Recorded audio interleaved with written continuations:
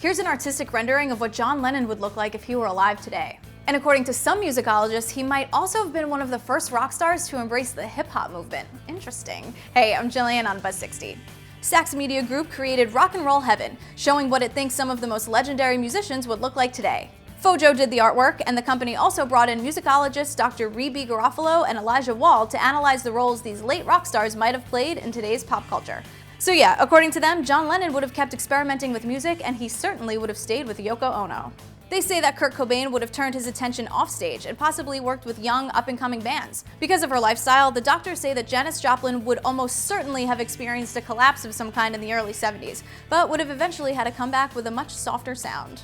Jim Morrison was the most difficult to analyze. According to the musicologists, he undoubtedly would have been involved in the explosion of independent filmmaking and punk rock movements in the 70s. But then again, they say he also could have just abandoned music entirely and spent the rest of his life writing poetry. So that's why he looks so happy. Buzz 60, now you know, pass it on.